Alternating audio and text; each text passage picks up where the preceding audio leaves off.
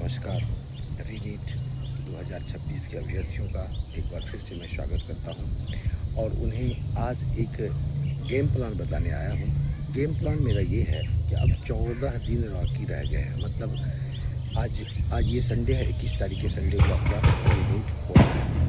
तो क्या प्लान बन सकता है, कैसे कैसे हम कर सकते हैं। हमने अपने पहले प्लान में बताया था कि मई 26 को जो आपने पेपर दिया वो कौन से चैप्टर का है, उस चैप्टर का एक बार मूल्यांकन करें।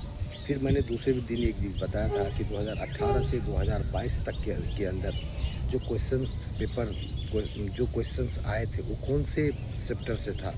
हो सकता है कोई चैप्टर ऐसा भी हो जो सिलेबस से बाहर हो, लेकिन जो सिलेबस में है उसका एक बार मूल्यांकन कीजिए। फिर मैंने कहा कि बायोलॉजी हमारा अहम पार्ट है। फिर आज भी मैं उसी बात पर जोर दे रहा हूँ कि बायोलॉजी हमारा अहम पार्ट है। क्यों? कि सारे स्टूडेंट को ये पता है कि बायोलॉजी सारे 360 मार्क्स के होते हैं और 360 मार्क्स मतलब हाफ ऑफ द टोटल। मतलब आप 360 मार्क्स एक बहुत बड़ा पॉइंट होता है। सारे बच्चे क्या करते हैं, आप उसमें 1 साल 2 साल 3 साल या 4 साल का तैयारी किया, मैक्सिमम टाइम पढ़ते। ऐसा नहीं कि बायोलॉजी नहीं पढ़ते हैं, लेकिन मैक्सिमम टाइम इंस्टीट्यूट भी, गाइडलाइन भी सारे फिजिक्स केमिस्ट्री में लगा देते हैं। सबको होता है कि बायोलॉजी बड़ा आसान है और हम इसको आसान से कर लेंगे। बात सही भी है, बट इसका भी एक प्लान होना चाहिए। ये भी कैसे किया जाए इसके बारे में हमें सोचना चाहिए। तो मैं फिर से एक बार कहता हूँ कि बायोलॉजी क्यों सोचना चाहिए। रीज़न है कि ये कम समय में हमें अच्छा से अच्छा मार्क्स दे सकता है। हमारा एक प्लान होता है कि हमें 180 मिनट्स के अंदर काम करने हैं। मान लो 15 मिनट बढ़ा दिया, कोई बात नहीं है, लेकिन फिर भी एक प्लान होता है। बायोलॉजी अगर 25 से 30 मिनट के अंदर आप टोटल 90 क्वेश्चन अटैम्प्ट कर जाते हैं, 360 को अटैम्प्ट कर जाते हैं और वो आप 350 प्लस ले आते हैं, तो ये बहुत बड़ा रास्ता तय करता है।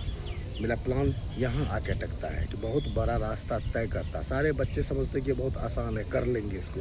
ठीक है, मैं मानता हूँ और तभी तो मैं कह रहा हूँ कि अगर आप डिस्क्रिप्शन में पढ़ोगे, क्योंकि सारा क्वेश्चन डिस्क्रिप्शन में होता है, अगर आप बुक को थ्रू आउट पढ़े रहोगे तो इसको बहुत ही आसान से सवाल का जवाब दे दोगे और सॉलिड निकल जाओगे। 25 से 30 मिनट के अंदर आप निकल गए, तब बाकी के 2.5 घंटा में आप 1 घंटा 5 मिनट 10 मिनट केमिस्ट्री को दे दो और रेस्ट ऑफ टाइम फिजिक्स को दे दो, तो आपको सॉल्व होगा। क्योंकि फिजिक्स आपसे टाइम मांगेगा, केमिस्ट्री आपसे टाइम मांगेगा।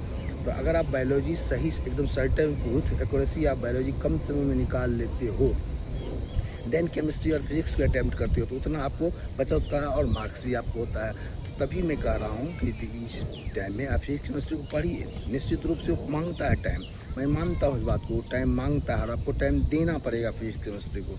बट बायोलॉजी को भी आपने एक निकालना है, क्योंकि बायोलॉजी आपका आधा पार्ट है और ये 360 में अगर 350 मोर देन 350 रहते हैं आप, तो ये बहुत ही सफ़र को आगे बढ़ाता है। और आगे का मेरा मानना है कि अगर 350 बायोलॉजी आ गया, 150 155 160 के आसपास केमिस्ट्री आ गया, 140 145 आ गया फिजिक्स में, तो कौन आपका सिलेक्शन होगा। तो इस बात को समझिए। और मैं 3 साल 4 साल या 5 साल के एक्सपीरियंस की बेस पे कहता हूँ कि जो स्टूडेंट 650 क्रॉस कर गया है, चाहे कुछ कितना भी टफ हो, निश्चित रूप से उसका जीएमसी या एम्स में सिलेक्शन होना है। तो आप पॉइंट समझिए, मेरा गेम प्लान समझिए।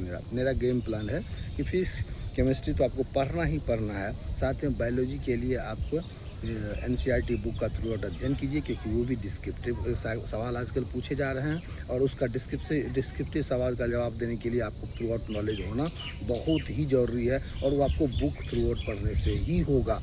फिर मैं कहता हूँ, अगेन एक बार कह रहा हूँ कि बायोलॉजी के लिए बुक का अध्ययन करिए और बायोलॉजी को एक मतलब सिलेक्शन का एक अहम पार्ट समझ के, क्योंकि फिजिक्स केमिस्ट्री 1 सेकंड के लिए आपको परेशान कर सकता है, लेकिन बायोलॉजी अगर आपका सही पढ़ा है तो ये 350 प्लस का स्कोर आपका होना ही है।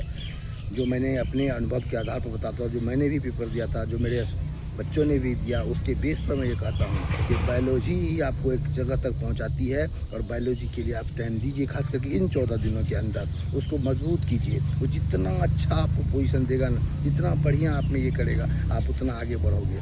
और केमिस्ट्री के लिए आप 1 घंटा 5 मिनट 1 घंटा 10 मिनट का टाइम लीजिए और उसमें 150 प्लस का स्कोर करने का कोशिश कीजिए। 150 प्लस का स्कोर, अगर 350 या 150 500। अब रहा सवाल, हम चलते हैं फिजिक्स में। और फिजिक्स के लिए हम लास्ट के 1.5 घंटा टाइम देते हैं। 1.5 घंटा टाइम अगर फिजिक्स के लिए देते हैं और उसको हम मान लीजिए 1.5 घंटा टाइम देके अगर हम 140, 145, 150 हो सकता है 180 भी, अगर टाइम रहेगा 1.5 घंटा तो 180 का, तो आप मान के चलिए 680, 650 का हम टारगेट दे रहे हैं आपको। 680 मीन्स आपका गोल तो क्लियर हो गया, यू आर क्वालिफाइड। तो मेरा समझिए पॉइंट को और इस पॉइंट को लीजिए।